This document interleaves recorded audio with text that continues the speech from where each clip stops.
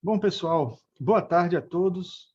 Estamos aqui para abordar esse tema tão instigante, tão importante, né, sobre o Bhagavad Gita, a Sublime Canção do Senhor, que é um livro sagrado, né, do hinduísmo, né, muito utilizado pelos Hare Krishna, e traz uma informação de grande importância, não só para os hinduístas, mas para todas as outras religiões que respeitam esse épico, vamos dizer assim, religioso, e que aí eu trouxe até esse extratozinho aqui que está no cartaz, né? Conserva os seus sentidos sob o domínio da razão, assim é o Senhor do sentir e pensar, um rei poderoso no reino interior da alma. Então, assim, é uma mensagem de controle mental, de busca do seu propósito de vida, de entendimento de todo o plano divino, né? Entendendo o divino como algo que irradia e que nós somos parte desse divino. Enfim, é uma canção da divindade que realça, ressalta a necessidade da devoção. Então, assim, é um livro repleto de mensagens e que é o que nós vamos tentar descrever aqui.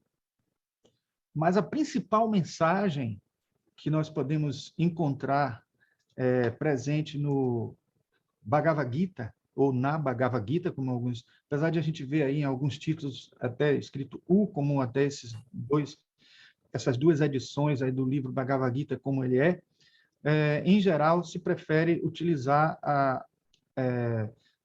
no feminino, né? A Bhagavad Gita por se tratar de canção, né? A principal mensagem da Gita é exatamente o Dharma, né? O Dharma que é entendido como propósito de vida, a essência do que precisa ser realizado como ação para um ser. Então, qual seria a ação correta, a ação mais fiel para ele garantir o seu crescimento espiritual, evitando as ações pecaminosas, as atividades que poderão gerar karma, né? E aí a gente acabar criando um ciclo interminável de tentar eliminar um karma, mas produzindo outros, enfim.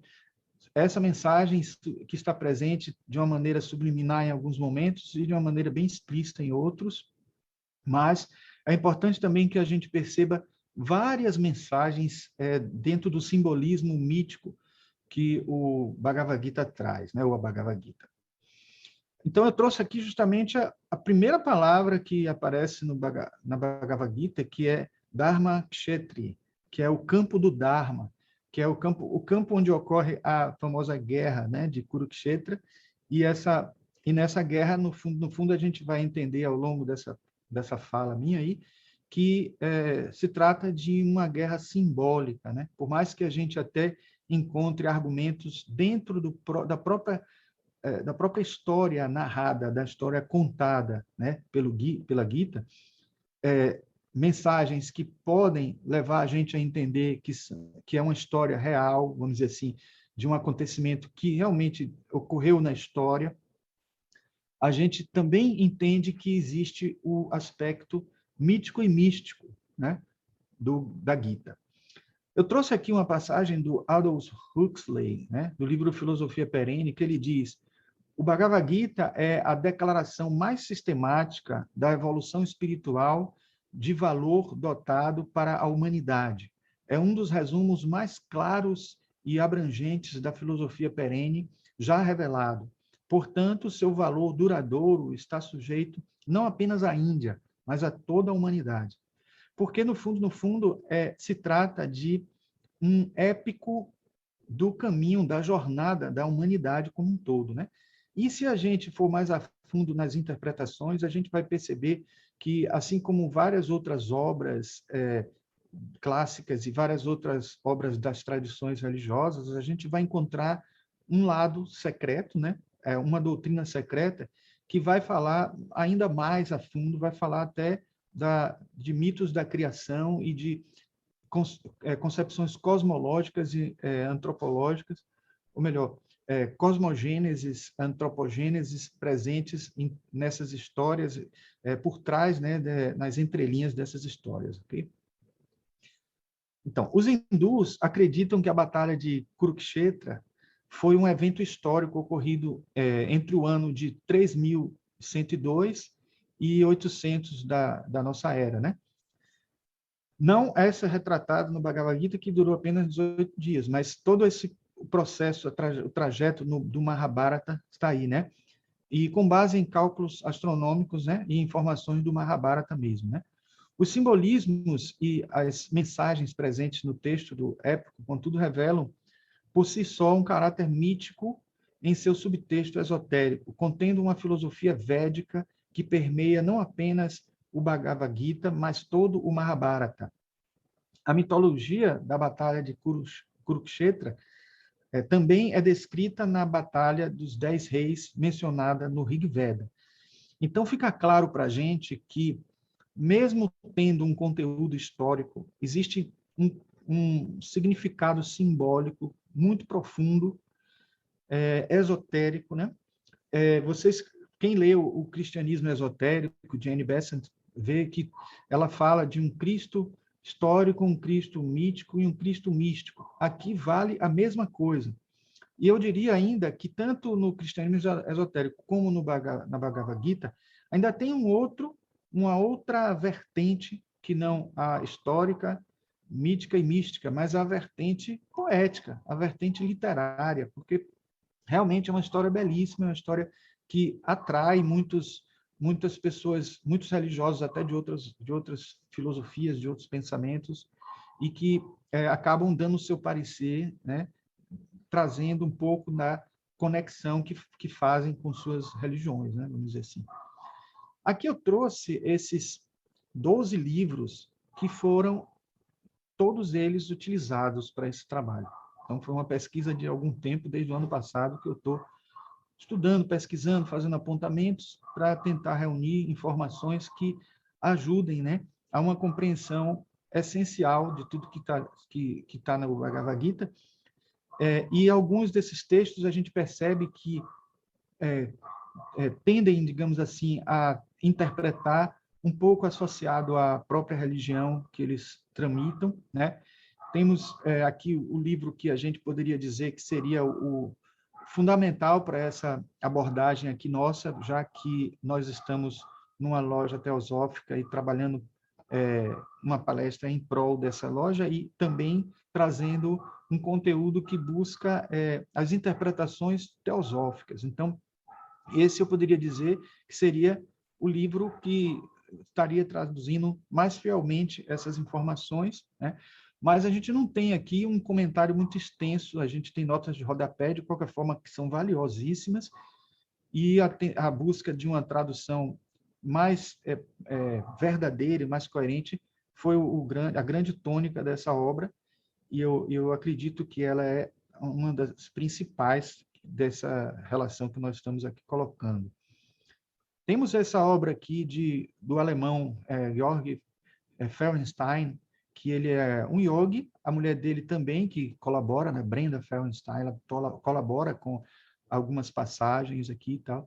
Ele é autor de uma enciclopédia da yoga, de vários livros sobre yoga, e ele consegue traduzir muito bem para uma linguagem ocidental, sem se desviar tanto, porque o que acontece quando ocorre uma tentativa de ocidentalizar os ensinamentos, ele acaba se descaracterizando demais, porque não se entende qual seria exatamente esse significado e tenta buscar num cotidiano muito mais ocidental e não se compreende a essência, né? Aqui a gente tem a versão mais nova do Bhagavad Gita, como ele que é aquele que os Hare Krishna consideram o mais fiel, o mais coerente, porque o A.C. Bhaktivedanta Swami Prabhupada que faz os comentários, faz a tradução e os comentários, e são comentários muito enriquecedores. Na verdade, o livro é talvez o mais grosso de todos esses que estão aí, mas aliás, me engano, porque esses dois aqui são em 2 volumes, então ele consegue ser ainda mais detalhado, que é o de Paramahansa Yogananda em 2 volumes. Tem um em 1 volume e outro em 2 volumes que vai mais a fundo ainda, né? Então, são obras que tentam resgatar informações ainda mais profundas, né? E aí acaba os comentários sendo tão extensos e tão completos que o texto dos comentários se torna uma obra imprescindível, né? Para estudar. Então, aqui eu já falei, esses todos são de Paramahansa Yogananda, né? Ainda tem um terceiro, um quarto de Paramahansa, que é o Yoga do Bhagavad Gita, que não acrescenta muita coisa além desses, apenas resume, mas para quem quiser obter essas informações do jeito que está sendo colocado por Paramahansa Yogananda, vai ter um livro também que vai estar muito condizente com todos esses aí. Este livro é de um autor brasileiro que ele traduziu do sânscrito direto para a língua portuguesa. Então, um autor, Carlos, eu não consigo lembrar o nome agora dele, mas é Barbosa, né? Se eu não me engano. É Carlos Eduardo G. Barbosa. Não tem nada a ver com a G. Barbosa, não, né? Os livros estavam todos aqui, não sei se vocês viram.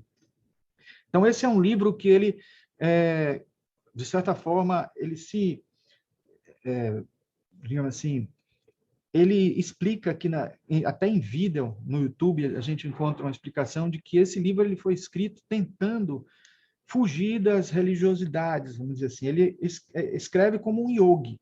Então ele tenta sair um pouco dos rituais religiosos e das devoções que às vezes fazem com que a tradução se deturpe. Então ele tenta traduzir ao pé da letra, tanto que ele é um livro que está com a transliteração do outro lado, então você tem a escrita em sânscrito, a transliteração e ao lado em português. Então, é interessante porque ele permite esse tipo de análise.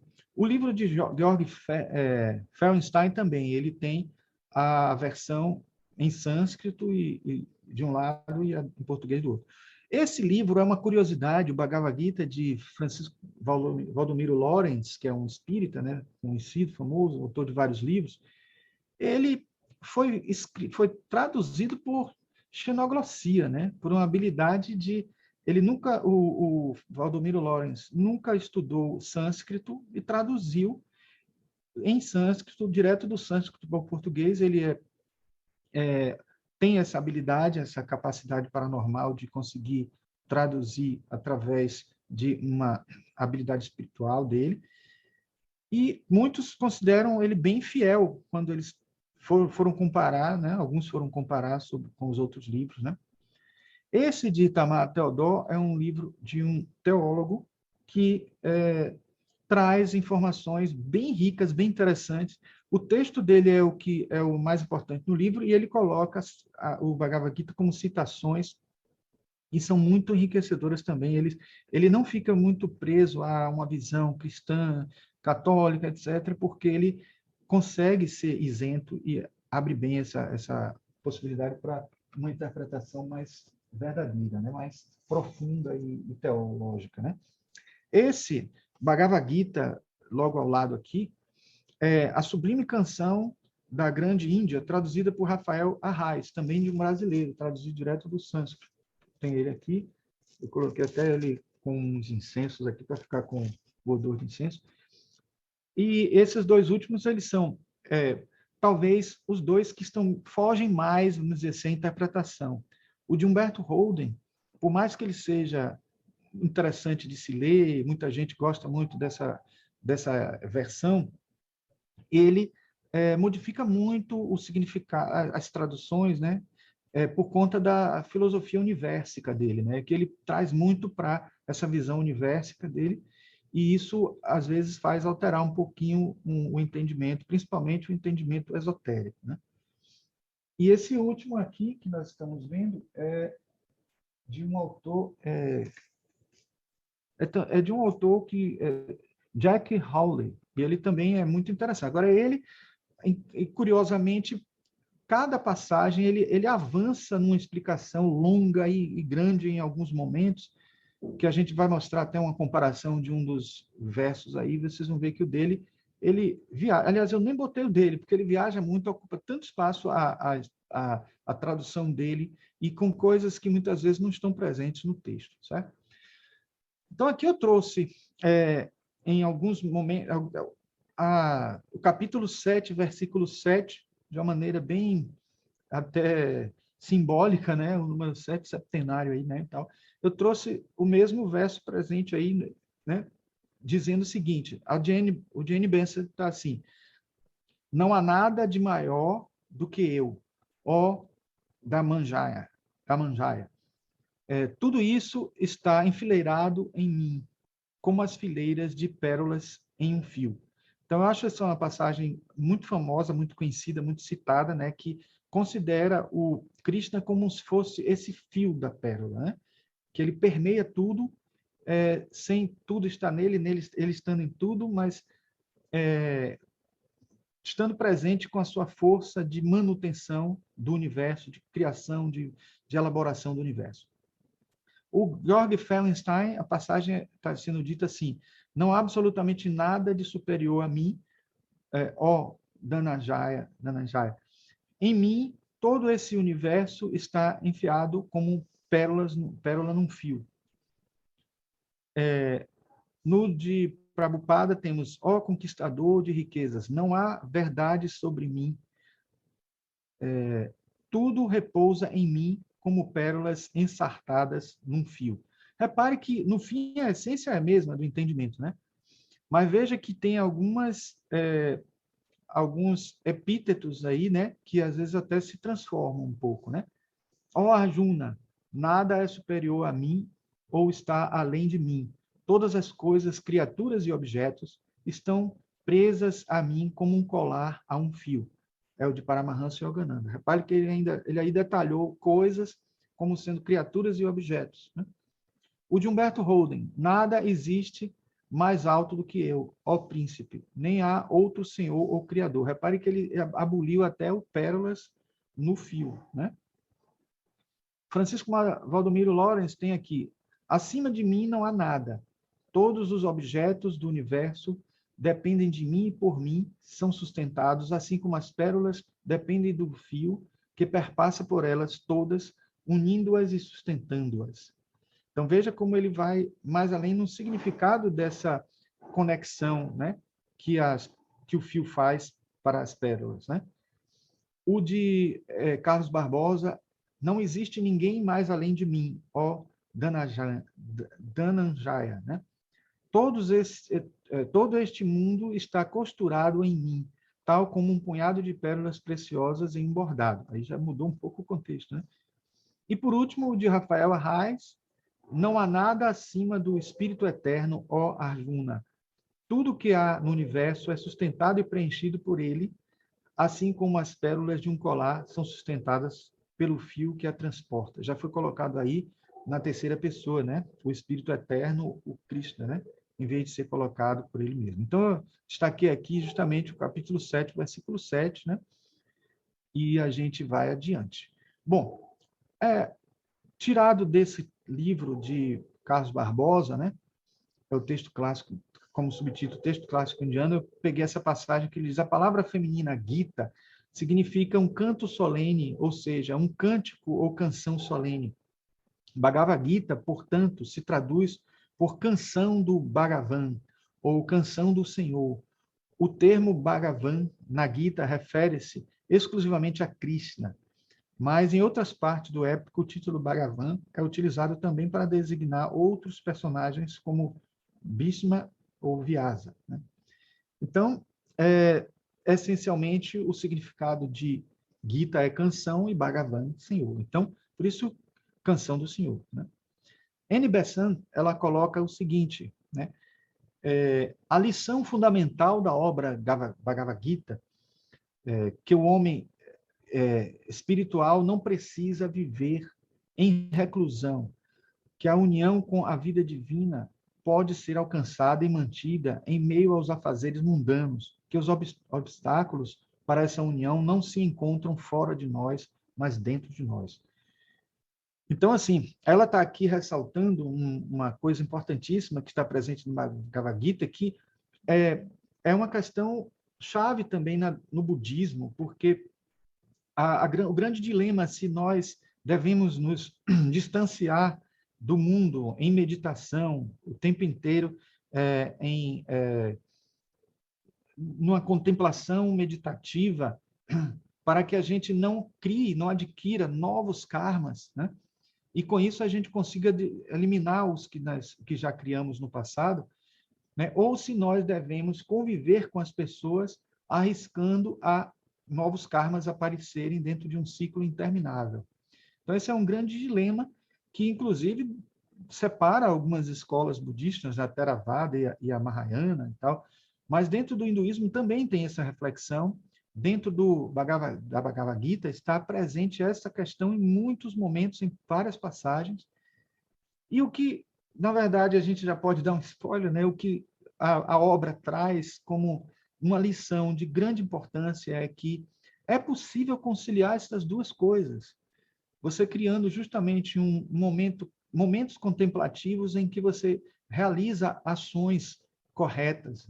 Então, a gente sabe que é possível meditar até enquanto nós fazemos alguma coisa, né? Então, a gente, quando começa a entender as várias profundidades da meditação, a gente começa a entender o estado espiritual que a meditação pode nos proporcionar, e não é só no sentido da saúde, no sentido de aquietar a mente, no sentido de se tranquilizar e tal, não, mas no sentido de nos ajudar a nos integrarmos com esse ser divino que está dentro de nós. E ao fazermos isso, nós estamos também permitindo que as nossas ações sejam corretas. E as nossas ações sendo corretas, nós vamos evitar esse karma. Então, o que a proposta do Bhagavad Gita nada mais é do que isso. É a gente continuar convivendo na nossa vida cotidiana, tendo o foco, a conexão com a personalidade divina.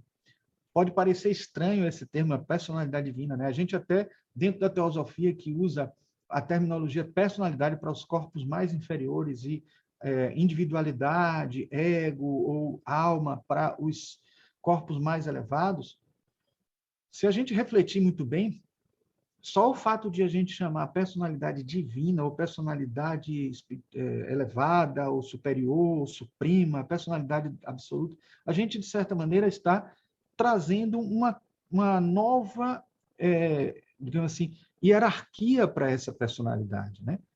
Isso é uma grande discussão que também existe dentro da teologia, se a gente tira o lado pessoal de Deus.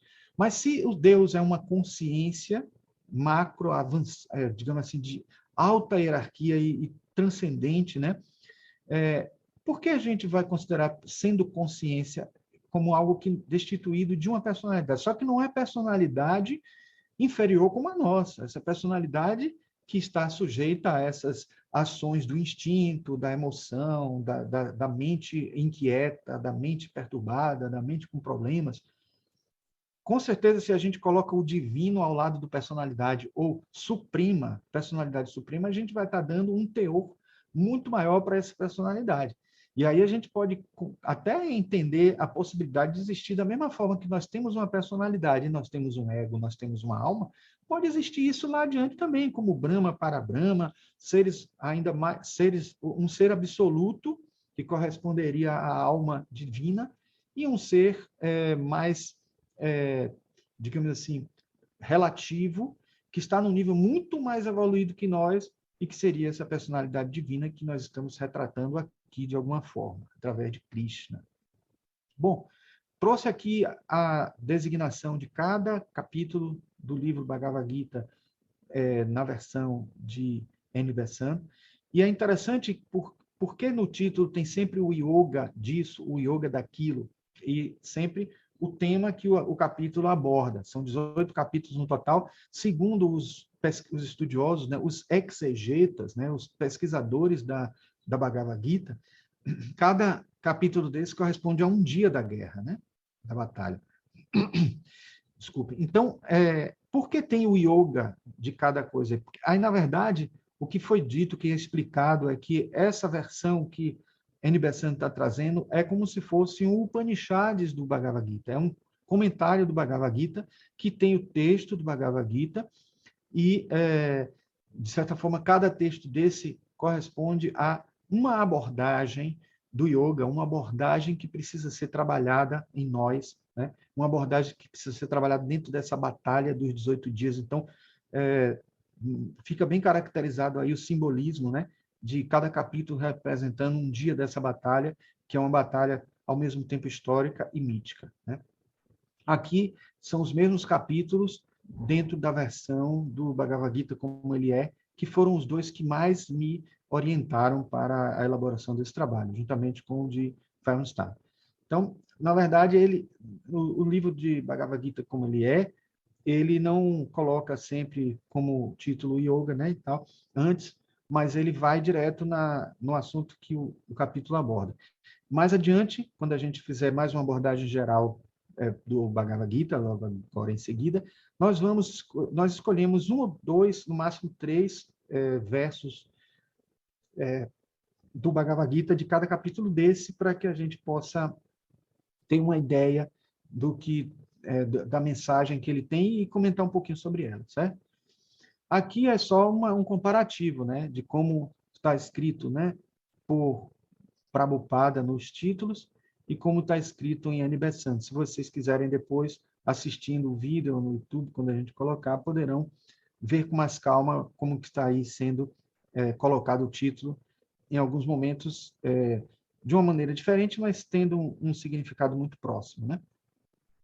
Bom, nessa versão de Feinstein, que, como eu disse a vocês, ele destrincha, ele detalha, ele põe no final uma tradução palavra por palavra, né? Estrofe por estrofe, que na verdade são chamados os slokas.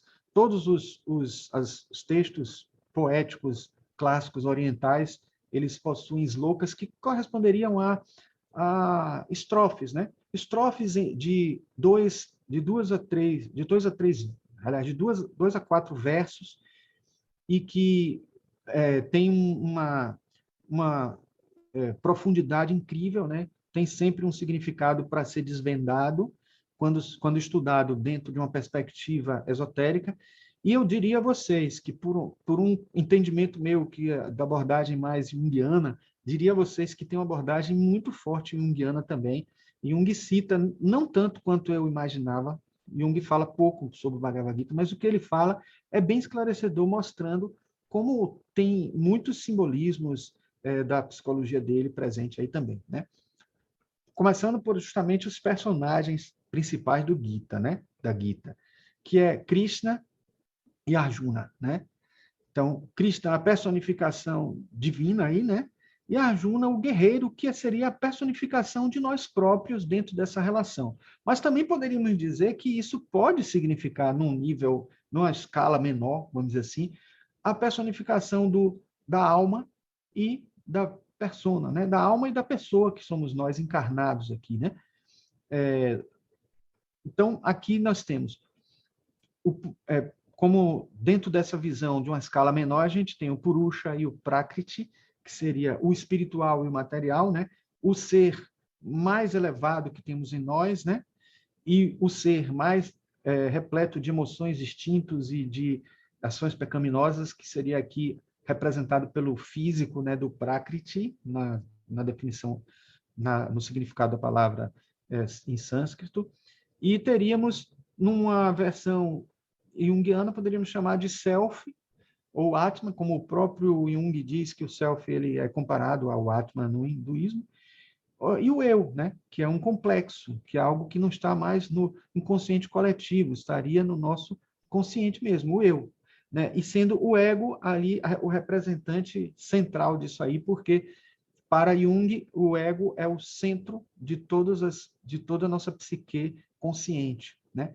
E o self seria o centro de toda a nossa psique inconsciente e consciente. Então ela abarca o consciente também, e realmente o self, o Atma, ele envolve, porque ele tem essa condição de, estando numa instância superior, de abarcar o que está no inferior, né? Então, seria, numa linguagem bem teosófica, individualidade e personalidade, né? O eu superior, o eu inferior. Mas o Bhagavad Gita, ou a Bhagavad Gita, é uma saga desse ser humano na sua vivência evolutiva de várias e várias encarnações, né? Então, a gente pode dizer que, de certa forma, esses 18 capítulos eles representam uma sequência de uma jornada, vamos dizer assim, né? Esses 18 capítulos da Bhagavad Gita correspondem aos capítulos de 23 a 40 do Mahabharata. Isso é uma coisa importantíssima. E o Mahabharata, por sua vez, também tem 18 livros. Numa edição típica, o Mahabharata teria 6.000 páginas. Imagine a quantidade. É considerado uma das obras literárias maiores de toda a humanidade. Ela corresponde às 3 vezes a Bíblia e 7 vezes a Ilíada, mais a Odisseia juntas. Imagine.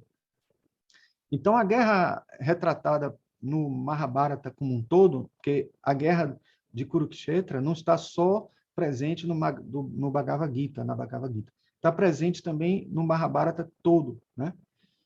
Ela, para as tradições, aconteceu na época, como nós vimos, né? Que foi em 3102, e para a história aconteceu em 1400 a.C. Então, é difícil se definir bem isso, né? E, no total, a Gita tem 700 slokas, né? Que muitos chamam de versos, mas, na verdade, os slokas são estrofes compostas de 2 a 4 versos, como eu falei, né? Então, gente, dentro de uma abordagem mais junguiana, eu já disse que o Krishna seria um arquétipo e o Arjuna seria um complexo. E o complexo que é considerado complexo de Arjuna, dentro da psicologia, qual seria? Seria o complexo da autoindulgência.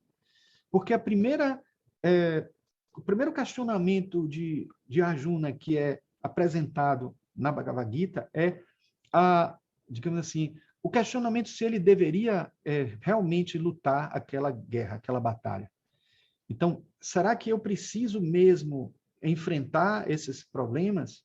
Será que eu preciso mesmo enfrentar esses problemas que parecem ser somente uma guerra entre familiares dele ali e tudo?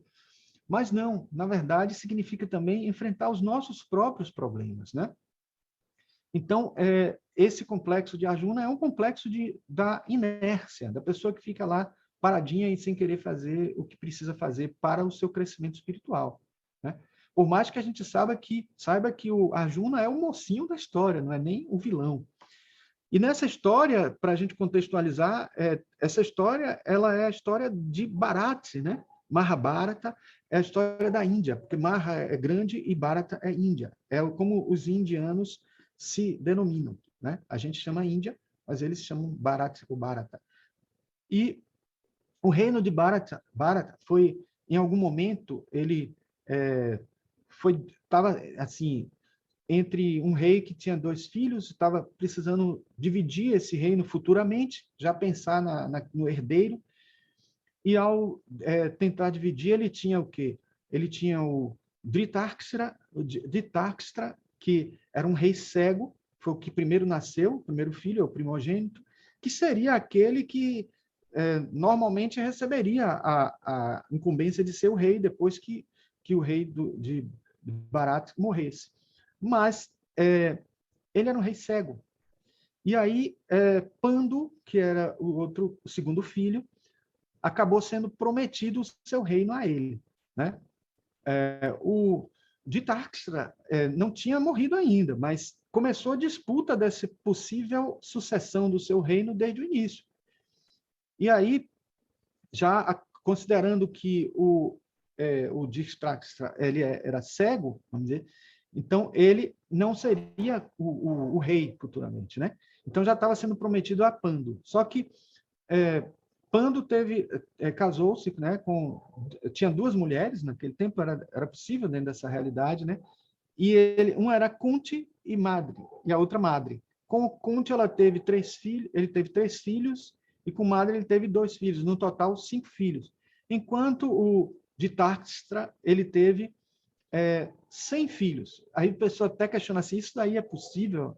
Na verdade, é um mito que a gente até precisa interpretar, entender se esses 100 filhos... Na verdade, é um significado bem profundo de que era um grupo muito grande de descendentes que estavam ali tentando ganhar, né, digamos, o direito, né, de ter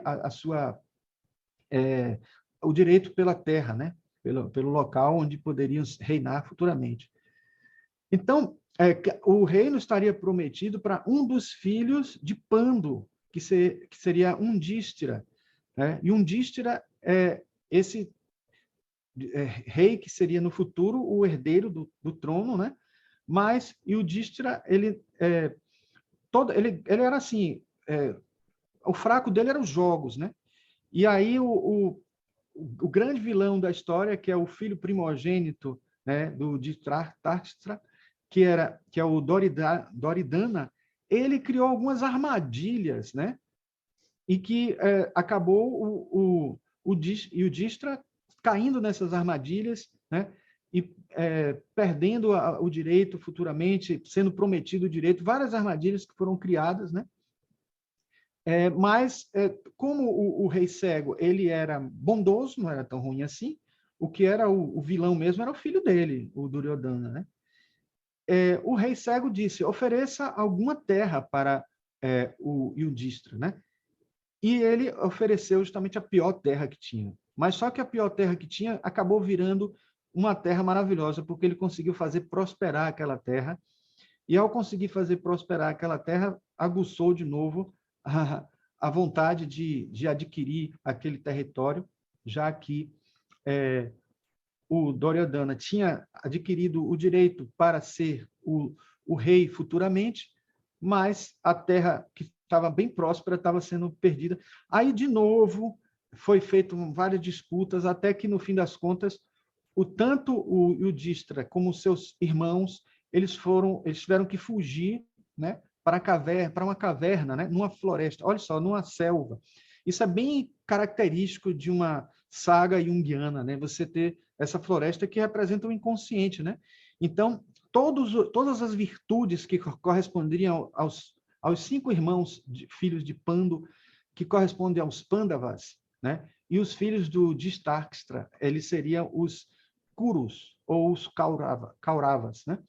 Então, os Kauravas representam o lado que precisa ser trabalhado por nós, o lado negativo, o lado inferior que precisa ser trabalhado por nós, enquanto que os Pandavas correspondem às virtudes, às coisas positivas. Então, diante da trajetória dessa batalha da vida, esse lado positivo nosso, que é o dos Pandavas, acaba sendo colocado no inconsciente, colocado numa caverna, preso nessa caverna sem poder sair, até que surge um grande evento que é chamado o Swayamvara. Swayamvara é um nome difícil, eu tenho aqui uma pesquinha, né? O Swayamvara é um evento em que os irmãos iriam disputar, né, com a esposa, né, que seria Draupadi, né? Aquele que ganhasse na disputa ganharia, poderia casar com Draupadi. E, no fim das contas, várias disputas aconteceram, inclusive uma de arco, e vocês sabem que quem na história é um excelente arqueiro, que é Arjuna. Arjuna ganhou essa batalha e conseguiu justamente a mão de Draupada, né?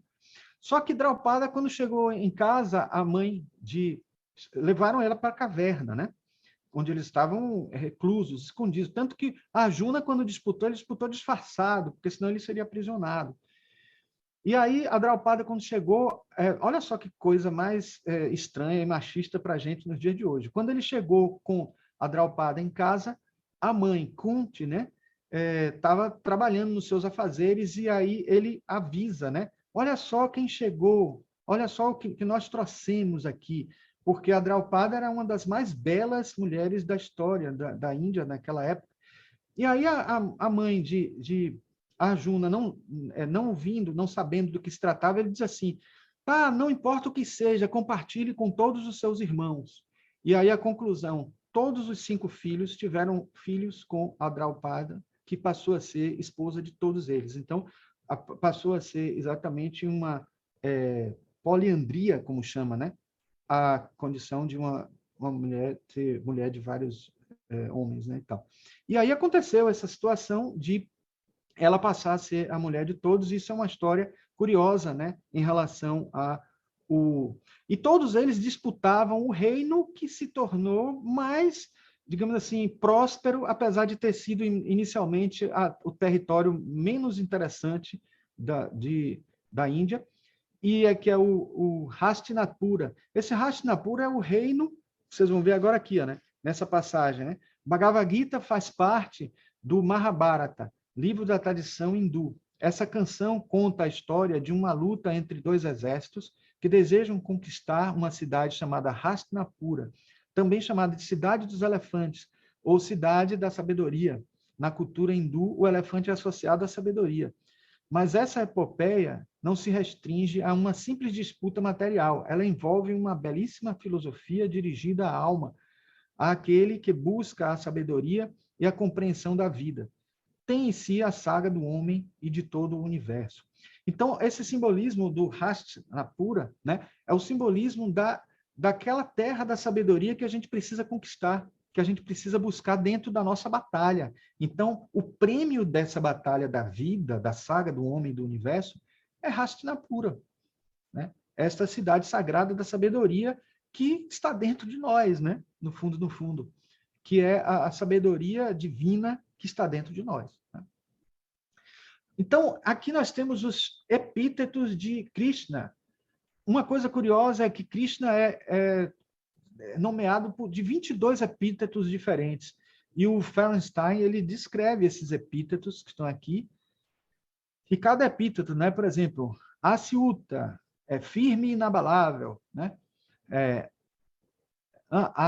Anantarupa, aquele que tem forma infinita. Enfim, são esses todos que vocês estão vendo aí. Agora, uma curiosidade é que cada epíteto desse, ele vai ser importante para o significado da mensagem, o que a mensagem tem a dizer. Então, esses epítetos têm um valor importantíssimo. Inclusive, a gente vai ver que Annie Besant diz que não é nem só o significado do epíteto que serve para ajudar ao entendimento da mensagem, né? Mas também a sua métrica e a sua sonoridade. Os epítetos de Arjuna, aqui nós temos, né? Anaga, né? Sem pecado, barata, porque Arjuna, apesar de ser o representante do ser encarnado na Terra, da personalidade na Terra, ele é repleto de virtudes. Essas virtudes podem até estar obscurecidas, podem estar na caverna, né? Onde eles ficaram reclusos. Mas ele é ainda dotado de toda essa virtude, como qualquer ser humano. E aí, ó, a passagem que eu falei de Annie Besant, ela diz: os epítetos aplicados a Sri Krishna e Arjuna, cuja variedade é tão característica da conversação sânscrita, fica, em sua maioria, sem tradução, né? Pois sua musicalidade, por sua musicalidade, eles se somam ao encanto literário, porque o caráter do idioma inglês é tão diferente do sânscrito que os epítetos de métrica múltipla tornam-se, às vezes, quase grotesco na tradução. Então, ela preferiu não traduzir os epítetos. Por isso que a gente vê que, em algumas obras que eu mostrei a vocês antes, né, as comparações, a gente vê alguns epítetos traduzidos, outros não. Outros simplesmente com o nome Arjuna, né, ou Krishna. Ficou uma mistura aí, um truncado aí, mas vamos ver se o restante. Bom, é importante a gente também falar de um significado esotérico das personalidades, né, dos personagens, né, da Bhagavad Gita. Krishna está associado ao chakra coronário da devoção, o Sahasrara, né? O Dhritarashtra, que eu falei no instante, o rei cego, está associado ao Ajna, que é o chakra da terceira visão. Ele era cego, mas, de certa forma, o significado da cegueira dele é muito discutida no Bhagavad Gita. Mas uma das discussões da cegueira dele era o fato de ele não perceber o mau caráter do Duryodhana, que era o seu filho primogênito, que fazia misérias com o povo dos Pandavas, sem ele saber, porque ele era um rei cego, mas ele era um ser bondoso, mas ele não sabia que o Duryodhana estava fazendo o que estava fazendo. Então, de certa forma, a sabedoria, a compreensão, a visão é a mensagem do Dhritarashtra, que é a busca dessa visão. Então, quando você coloca ele no inconsciente, você está tirando essa possibilidade de enxergar, de ver, de saber as coisas, né? principalmente porque o Dhritarashtra era o rei dos Kurus, então ele estava justamente no lado sombrio da psique, né? E o Yudhishthira, que eu falei, né, que era o líder dos Pandavas durante o período em que ele estava naquela disputa toda, está associado à renúncia, né? Está associado a libertar-se do vício do jogo, que foi o que acabou com ele, que fez ele perder a chance de, no futuro, ser o herdeiro do trono. E por aí vai, né? O Bhima, associado ao afeto, porque era um dos irmãos, um dos 5 irmãos Pandavas, que era muito afetuoso, o amor era o que estava à frente de tudo. O Arjuna está associado ao umbilical, que é associado ao autocontrole, então o tempo inteiro está sendo trabalhado ali o autocontrole evolutivo, o autocontrole na meditação, o autocontrole da ação correta, e o Arjuna está associado a esse chakra aí. E repare que na tentativa de fazer a gente aprender com as mensagens dos chakras, o Bhagavad Gita não foi nem tão pretensioso, a gente ainda nem chegou ao afeto, a gente está ainda no autocontrole. Por mais que a gente saiba que hoje, no nosso processo evolutivo, o afeto seja algo para se desenvolver, né, para um avanço, crescimento espiritual maior. Mas a representatividade de Arjuna está aí no Manipura, no chakra do autocontrole. O Nakula está associado à preservação, ao sacro, etc., que era um deus mais sedutor, não um deus, era um irmão mais sedutor entre eles, e o Saradeva, que está associado à segurança, que era aquele que cuidava para proteção, né? Era o vigia que fazia todo o cuidado aí. Bom, a Draupadi, né, a esposa dos 5 irmãos, representa Kundalini, a energia psíquica. Kanti, a esposa dos 3 primeiros Pandavas, o poder da serenidade. Madre, a outra mãe, né, dos Pandas, no caso, Pandavas, ao apego à serenidade em si. Um é o poder da serenidade, o outro apego à serenidade. E Pando, que é a família como um todo, associado a Budi, né? Então, digamos assim, ao inconsciente coletivo, né? Ao lado mais superior, à alma, enquanto que os Kurus, que seria a parte da sombria, né? A parte sombra, né? Ou Kauravas. Aqui nós temos também uma divisão que pode ser associada até aos signos, né? Porque se a gente juntar os 4 Kauravas, né?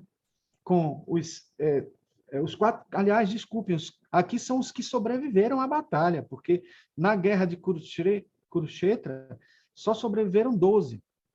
4 Kauravas e 8 Pandavas. Esses Kauravas, como os Pandavas ganharam, apesar de os Kauravas estarem em número maior, né?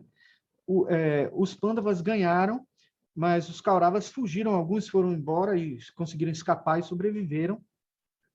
E os Pandavas, apesar de em número menor, já se sabia desde o início que eles tinham toda a chance de ganhar, porque eles tinham Krishna ao lado deles, né?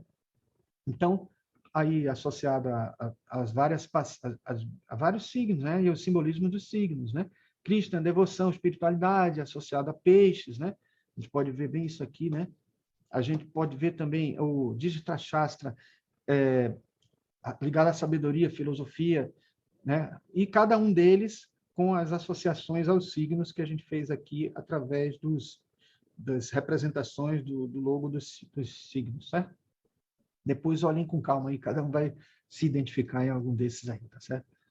Bom, além desses que sobreviveram à batalha, o significado dos que não sobreviveram é muito importante, porque o que é que nós precisamos matar na batalha de nossas vidas? O que é que nós precisamos destruir, né, em nossa psique para que a gente possa continuar no nosso trajeto evolutivo? O Duryodhana, que é o grande vilão de toda a história, que está associado à ganância e à arrogância. Vikarna, que é um outro também dos vilões dos Kurus, aquele que não tem orelhas, então ele era um ser, o simbolismo era daquele que não escuta, aquele que não escuta, ele não tinha orelhas, ele perdeu a orelha nas batalhas. A Drupada, que é aquela que tem pé firme, que insiste, que é teimoso e tal. Então, isso aí são coisas que a gente precisa ir eliminando no nosso processo evolutivo, né? Abhimanyu, que é aquele que cai em armadilha, então, ser atento, ser prudente, ser observador e tal. Jayadratha, que é a ansiedade, a confusão, Então, isso aí é importantíssimo para ser trabalhado. Inclusive, o Bhagavad Gita traz muito essa questão de como a gente trabalhar através da serenidade, da meditação, etc. Kshaka, que também é aquele que assedia, então, cuidar dessa questão também. Dushanana, aquele que é difícil de governar, e Vrishasena, que é aquele que é respeitado pela força. Então, a gente tem que buscar outros caminhos, né? Que não o da força. Então, você veja que, por mais que, num significado superficial que se tenha da batalha de Kurukshetra, do da Bhagavad Gita, a gente tenha lá informações que parecem já ser informações riquíssimas para um entendimento evolutivo, porque fala, quando a gente vê em todo instante sendo dito que o Arjuna deve enfrentar a batalha, mesmo tendo familiares entre eles ali na batalha, mestres e discípulos, etc., ele deveria, porque existe a reencarnação, e aí a gente entende, então é porque ele não está desprezando a vida das pessoas, porque existe outra encarnação, mas não é bem isso que está ali sendo dito. Está sendo dito porque a reencarnação precisa de que a gente, em cada estágio, em cada encarnação, a gente elimine essas coisas que estão dentro de nós, que precisam ser trabalhadas, precisam ser eliminadas. Eu trouxe aqui isso que é uma página da internet que tem toda a Bhagavad Gita, capítulo por capítulo, e que pode ser acessado, né? É só vocês botarem assim, Holy Bhagavad Gita, né? Tá em português, tem versões, você pode escolher a língua, né? Então, não existe essa questão de preocupação com o direito autoral no Bhagavad Gita, porque é um texto bem liberto, né? E todos querem que seja feita a divulgação. Aqui vocês veem que o capítulo 1 está aqui, você pode apertar aqui e ir para o próximo capítulo, e aqui você pode clicar em qualquer uma das estrofes, vocês vão conseguir abrir ela vai aparecer, mas aqui também, se quiser rodar, pode ir encontrando uma por uma nos textos, né, presentes, né? Eu trouxe também essa mensagem de um livro que comenta sobre a Bhagavad Gita, de Ramdas, Caminhos para Deus, um livro muito bom, aliás, toda essa parte que eu falei do começo está descrita de uma maneira belíssima. No começo do livro, ele contextualiza o Bhagavad Gita contando a história que eu contei para vocês. Claro que tem muito mais coisa que eu tive que resumir, né? Quando lemos o Gita, notamos que ele foi arquitetado de modo que tudo o que realmente precisa ser dito é abordado nos 2 primeiros capítulos.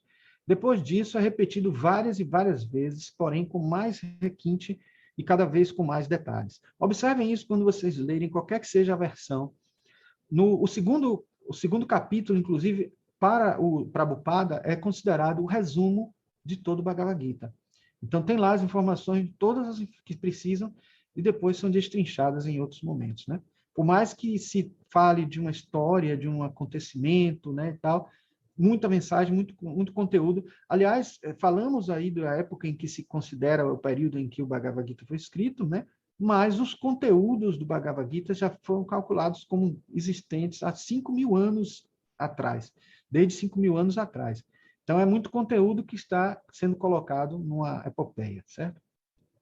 Então, comecemos pelo capítulo 1, rapidamente, nós vamos passar mais rápido, porque senão a gente alonga muito a nossa fala, né? Mas, assim, no capítulo 1, que é para Prabhupada, observando os exércitos no campo de batalha Kurukshetra, que é o campo de batalha da nossa própria evolução, ou o Yoga do Desalento de Arjuna, no título de Annie Besant. Então, toda vez que vocês verem daqui para frente nos capítulos, aí, esse de verde em cima vai ser de Prabhupada e o de baixo é o de Annie Besant.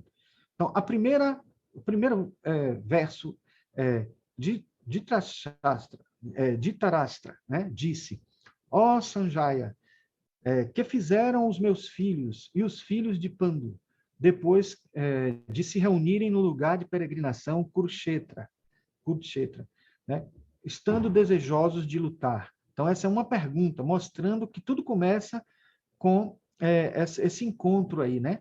Esse encontro do rei cego, né, com o Sanjaya, que está explicando o que aconteceu. Então, você vê que nessa nuvem que está aqui mostrando, é como se ele estivesse contando a batalha para o rei cego, né? E o Sanjaya está contando do jeito que é mesmo, né? Mas ele ainda não chegou nos momentos, né, Aliás, o que acontece antes é que ele desconheceu completamente, porque, como eu disse a vocês, aquilo foi um contexto anterior à batalha, né?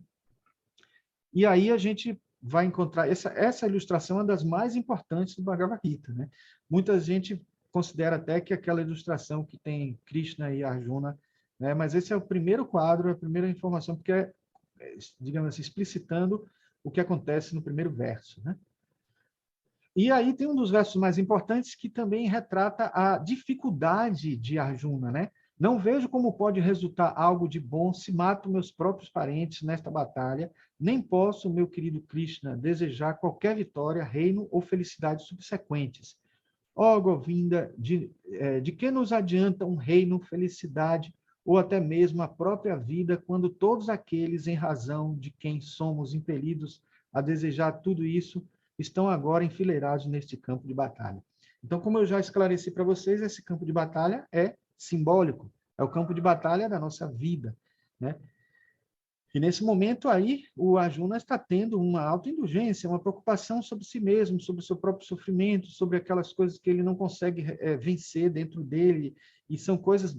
Aí o parentesco é porque são similares a ele, são seres, são subpersonalidades da psique dele, né? O capítulo 2, nós temos o seguinte, é o resumo do conteúdo do Gita que eu falei, né? O Yoga do Sankhya para Annie Besant. Assim como uma pessoa se veste com roupas novas, dispensando as velhas, de forma similar, a alma aceita novos corpos materiais, dispensando os velhos e inúteis. Eu trouxe esse verso, que na verdade está aqui constando como 1:22, mas não é do...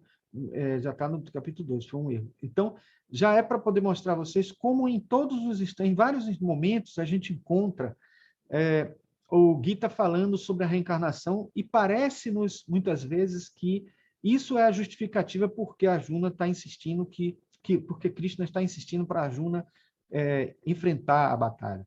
Como que se fosse, como eu disse há pouco, né? Como se fosse acreditando que existe uma outra encarnação, as pessoas vão morrer e vão renascer, etc, etc. Mas a gente já sabe que essa reencarnação está aí para mostrar que nós temos que aproveitar bem essa existência dentro dessa batalha simbólica que é a de Kurukshetra, né? No capítulo 3, a gente vai ver essa outra passagem.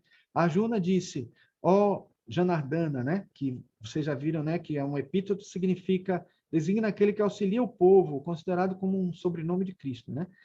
Ó Keshava, que também tem outro significado, que designa cabeludo, refere-se aos longos cabelos de Krishna. E eu vou explicar daqui a pouco por quê.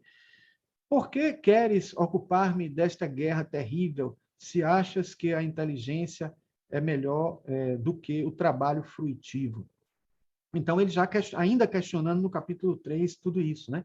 Vocês vão ver que esses epítetos o tempo inteiro vão se reportar à produção Você vê que está falando de inteligência e está falando do queixava dos cabelos, né, longos, mostrando a produtividade que sai da mente, da cabeça, né, da inteligência de Arjuna, de Krishna, etc. Então, ele está falando aí, né, se ele valoriza a inteligência que ele tem, por que ele estaria nessa batalha, porque ele estaria nesse processo todo, né? Então, vemos que o epíteto tem uma relação com o significado, né? Ainda no capítulo 3, a gente tem a passagem essa passagem, né, que diz: não é possível livrar-se da reação apenas por abster-se da ação, nem pode alguém atingir a perfeição só porque pratica a renúncia. Então, aqui está mostrando já aquela passagem que eu falei de a pessoa ficar, digamos assim, reclusa, esperando as coisas acontecerem e tal, ou se ela vai atuar de uma maneira forte, significativa, né? Então, lembra muito essa passagem, lembra muito uma mensagem cristã, né, que diz: não basta não fazer o mal, é necessário fazer o bem. Então, veja que isso aí está mostrando que a gente querer livrar-se dos karmas passados, simplesmente na inércia, sem fazer nada, esperando as coisas acontecerem, né, a evolução acontecer, não é por aí. A gente sabe que existe um valor muito grande na reclusão, né, hinduísta e na reclusão budista. Não estou desvalorizando isso. Existe um valor muito grande, mas associado a uma ação, uma atitude correta, certo? Já no capítulo 4, nós temos a afirmação. A personalidade de Deus, olha aí que eu falei direto, o tempo inteiro tem essa colocação de personalidade de Deus, né? Mas a gente não deve entender isso como uma coisa errada, não, viu? Porque acaba sendo um preconceito nosso. Ah, porque se é Deus, como é que pode ter personalidade? Mas entendam uma personalidade de altíssimo nível evolutivo, né? Transcendental, né? O Senhor, a personalidade de Deus, o Senhor Sri Krishna, disse: ensinei esta imperecível ciência do yoga ao Deus do Sol, Vivashvan, né? E Vivashvan ensinou a Manu, que corresponde aos primeiros seres na Terra, como se fosse Adão e Eva, né? Mas numa raça inicial, né? Primeva na Terra, né? O pai da humanidade, e Manu, por sua vez, a instruiu a Ikvaku. Na verdade, aí isso surge uma dúvida, né? Surge uma dúvida em Arjuna. Arjuna disse: ó Deus Sol, Vivashva nasceu antes de ti. Como poderei entender no começo? Como poderei entender que no começo ensinaste-lhe esta ciência? A personalidade de Deus disse: tu e eu já passamos por muitos e muitos nascimentos. Posso lembrar-me de todos eles, mas tu não podes, ó subjugador do inimigo. Então, a explicação aqui parece só simplória, parece ser simplória, de que ele passou por várias encarnações, e entre elas uma que foi anterior a Vivashva, mas não, porque Vivashva é o Deus Sol, é o Logo Solar. Como pode ele ter ensinado ao Logo Solar? Então, isso é curioso, porque aí faz a gente entender que existe um significado esotérico aí profundo, porque Krishna, na verdade, ele é uma emanação de Vishnu. E Vishnu é uma das forças do universo. A gente tem o Forrati, o Prana e o Kundalini, né? Cada um associado a Brahma, Vishnu e Shiva. E o Vishnu é o Prana, é o que dá vida, que mantém vida no universo inteiro. Então, não é à toa que o Krishna, em algum momento, se reporte à sua essência, né? Antes de se manifestar como Krishna, como Vishnu ou como Prana. Então, esse ensinamento do Prana, da vida do universo, esse ensinamento solar, porque o Prana vem do Sol, né? Então, essa energia do Sol que dá vida, que alimenta a gente, né? Energeticamente, é o que está sendo passado, essa mensagem aí, né? Então, no capítulo 5, aquele que executa seu dever sem apego, entregando os resultados ao Senhor Supremo, não é afetado pela ação pecaminosa, assim como a folha de lótus não é tocada pela água. Essa é uma passagem também muito repetida do Bhagavad Gita, né? E que está mostrando como a gente deve tentar buscar agir, mas sem se macular, sem ter influenciado por algumas coisas, sem afetado por ações pecaminosas, o que não é fácil. Então, veja, ele desdobra mais algumas informações sobre isso, mas eu trouxe esse versículo aqui, porque é um versículo chave aí que eu achei. Eu saí pensando aqueles que poderiam ser mais representativos de cada capítulo, né? O do capítulo 6, eu escolhi o verso 3, que diz assim: disse que a ação é o meio para o sábio que deseja ascender ao yoga. Para aquele que já ascendeu ao cume do yoga, disse que o meio é a quietude. Então, repare que aquele que não ascendeu ainda precisa ascender, né? E precisa desejar essa ascensão, né? Precisa agir, né? Precisa da ação, né? Então, para aquele que ascendeu, né, o meio é a quietude. Então, ele tem a possibilidade de vencer a partir do que ele já conquistou, né? Sempre com a ação correta, né? O capítulo 7 vai até numa questão bem física, vamos dizer assim, né? Porque trabalha o discernimento e tem essa passagem que eu trouxe até 2 versos, porque tinha que ser uma sequência do outro, né? Terra, água, fogo, ar, éter, mente, inteligência e falso ego, juntos todos estes 8 elementos formam minhas energias materiais separadas. Isso aí é considerado a parte prakriti, né? Da criação, a parte prakriti do próprio Krishna como manifestação. Além dessas, ó Arjuna, de braços poderosos, existe outra energia a minha energia superior, que consiste nas entidades vivas que exploram os recursos desta natureza material inferior. Então, ele está se referindo às forças da natureza, né, que eu falei nesse instante. Essas forças que dão energia, que dão, né, que fazem as coisas acontecerem, né, no universo. E no capítulo 8, para estabelecer-se em yoga, a pessoa deve controlar todas as portas dos sentidos ou do corpo e fixar a mente no coração e a força vital, o prana, no topo da cabeça. Aí eu trouxe aqui essa representação bem clara, assim, de que a gente muitas vezes acha que o coração não tem nada a ver com a mente, nada a ver com a inteligência, com o intelecto superior, mas eu não canso de dizer que existe um coraçãozinho aqui, né, um chakra cardíaco dentro do coronário, mostrando que tudo isso que está sendo falado aí tem tudo a ver. Para estabelecer-se em yoga, a pessoa deve controlar todas as portas dos sentidos do corpo e fixar a mente no coração, né, e a força vital, o prana, no topo da cabeça. Então, ele faz essa conexão e consegue se reequilibrar, né, trabalhando os sentidos, a mente, né, e o intelecto superior, né, com o prana. Nesse momento, né, no capítulo 9, a gente tem essa afirmação: sob minha forma imanifesta, eu penetro este universo inteiro, todos os seres estão em mim, mas eu não estou neles. Reparem que aquilo da pérola no fio que eu falei, né? Já passou no capítulo 7:7, né, mas ele está repetindo aqui essa informação que já foi explicada ali no capítulo 7. E mesmo assim, os elementos criados não repousam em mim. Observe minha opulência mística. Embora eu seja mantenedor de todas as entidades vivas, e apesar de estar em todos os lugares, não faço parte dessa manifestação cósmica, pois meu eu é a própria fonte da criação. Repare que se a gente não utilizar um entendimento teosófico, aí fica até difícil de entender essa passagem, porque o prana, o forhat e o kundalini são três energias que elas não se misturam, mas se combinam.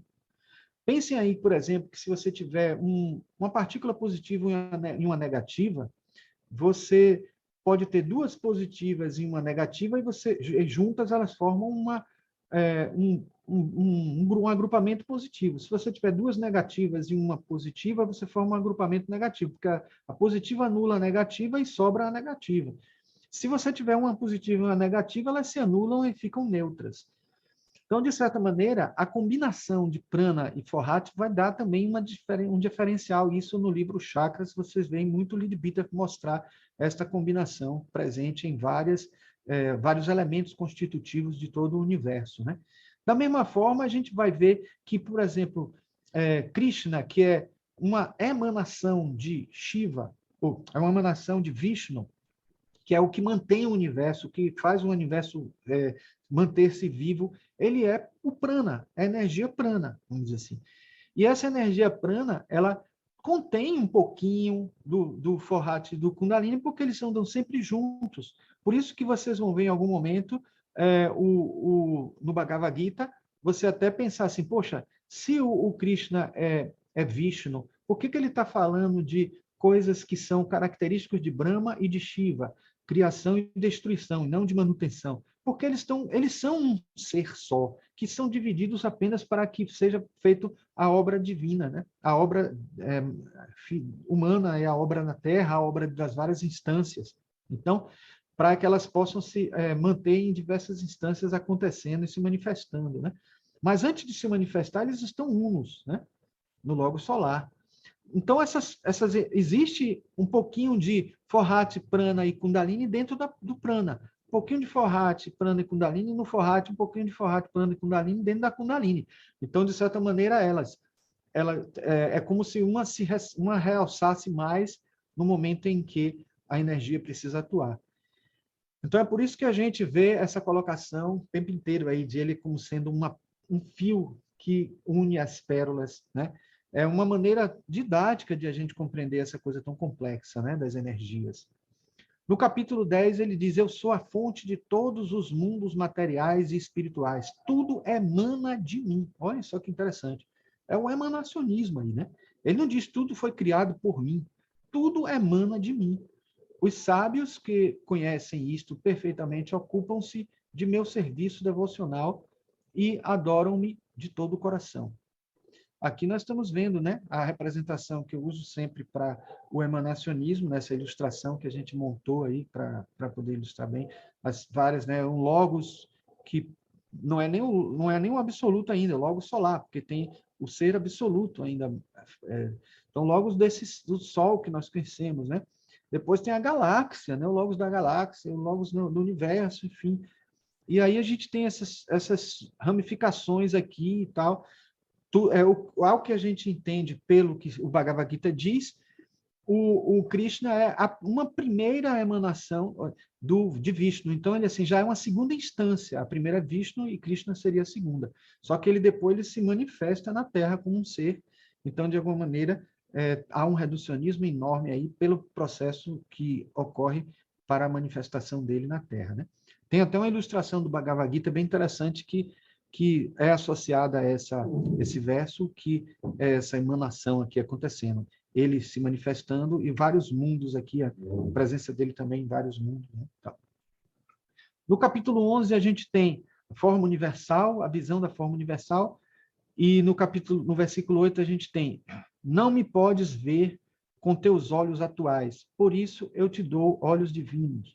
Observa minha opulência mística. Então, de alguma maneira, em um certo momento, Krishna sentiu a necessidade de dar a Arjuna a visão do que ele é em si. O que é que isso a gente pode interpretar? Numa visão esotérica que um ser se fez presente a ele, ajudando um auxiliar invisível, ou pode ser algo mais psicológico, é o self, o eu interior, que somos nós mesmos, né? Krishna está dentro de nós somos Krishna e Arjuna ao mesmo tempo. Esse Krishna está aparecendo, né, em algum momento, para que a gente tenha esse vislumbre do que nós somos, né? Termos esses olhos divinos, deixarmos de ser o rei cego e sermos aquele que tem a visão e consegue perceber o Deus dentro de nós, né? No capítulo 12, Arjuna perguntou: quais são os considerados mais perfeitos? Aqueles que sempre estão devidamente ocupados em teu serviço devocional ou aqueles que adoram o Brahma impessoal, o manifesto?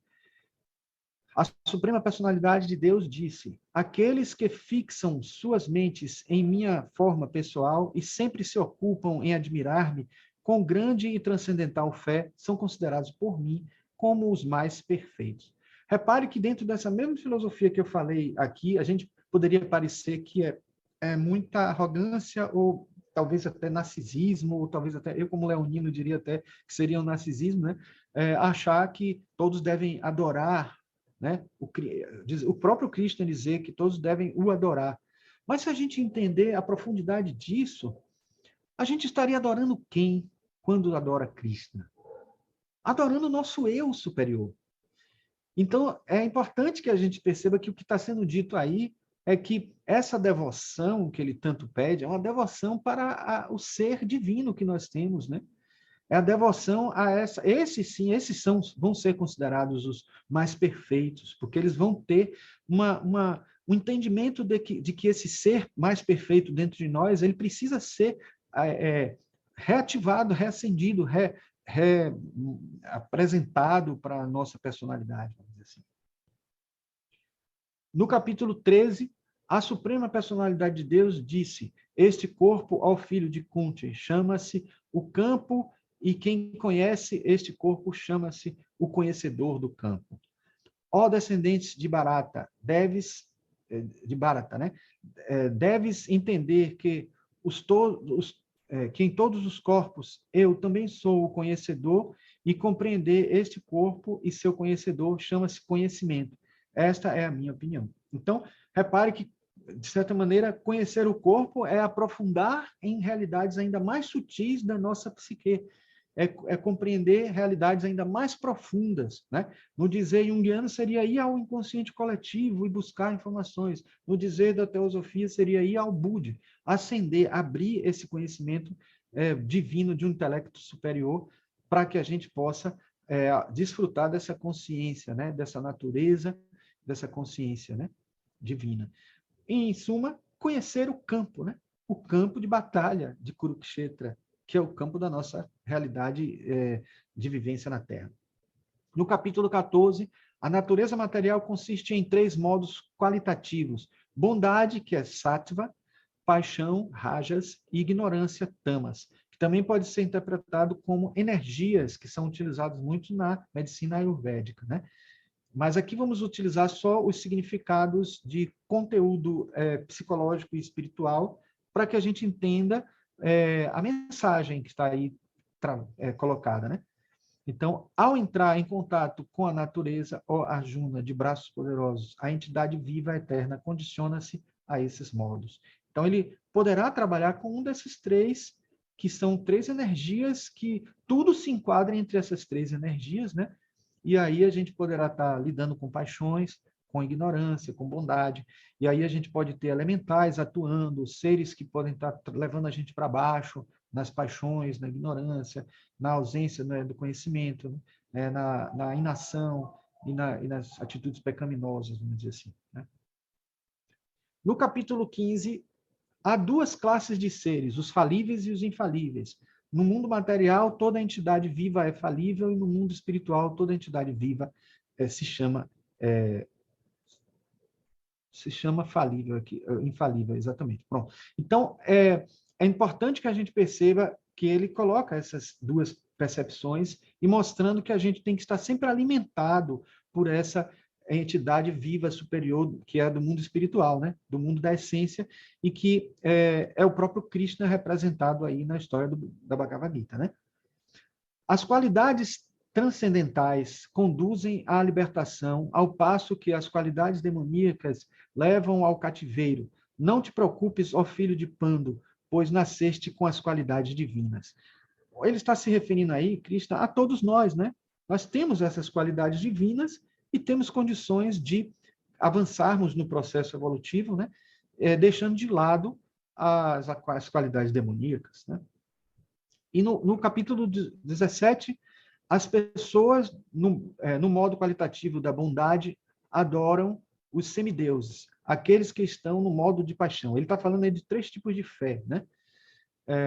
Então, adoram os semideuses. Aqueles que estão no modo da paixão, rajas, adoram os demônios. E aqueles que vivem no modo da ignorância, adoram fantasmas e espíritos. Em algumas obras, a gente vai ver esses demônios aí colocados como seres elementais inferiores que nos perturbam, que nos atrapalham, né? Tal, em alguns lugares, e esses fantasmas seriam seres, espíritos, ou até, às vezes, também gênios internos, que, no fundo, a gente está deixando isso acontecer dentro da nossa realidade, né?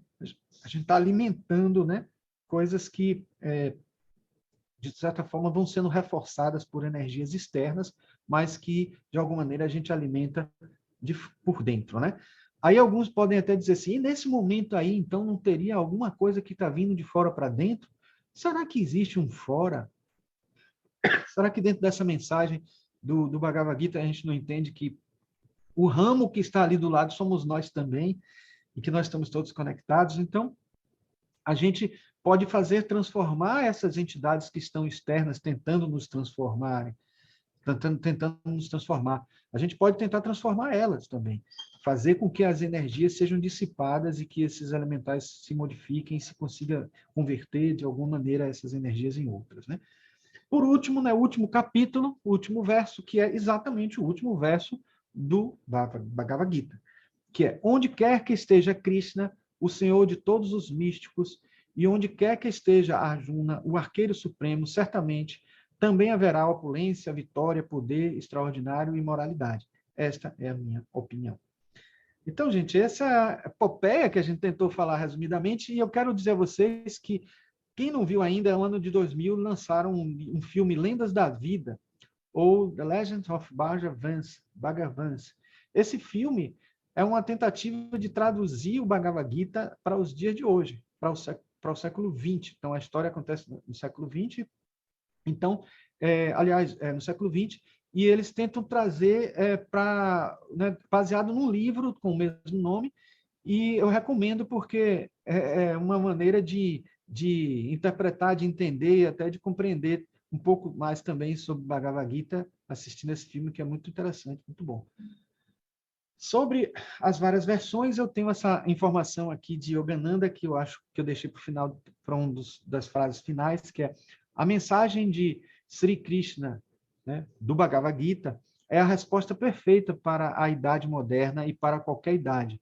A yoga da ação determinada pelo dever, do desapego e da meditação para se alcançar a realização divina, trabalhar sem a paz interior de Deus é o inferno.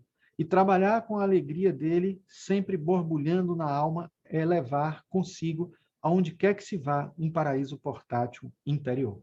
Eu achei belíssima essa fala dele, mostrando como ele traduz em palavras quase poéticas aí, como ele entende, né, a mensagem de Krishna no Bhagavad Gita, né? Subhal, que escreveu um livro também, A Filosofia da Bhagavad Gita, né, publicado pela editora Teosófica, ele diz: não confiem em uma série de comentários que só os confundirá. Em vez disso, tentem interpretar o texto por si mesmos, até onde sua inteligência o permita.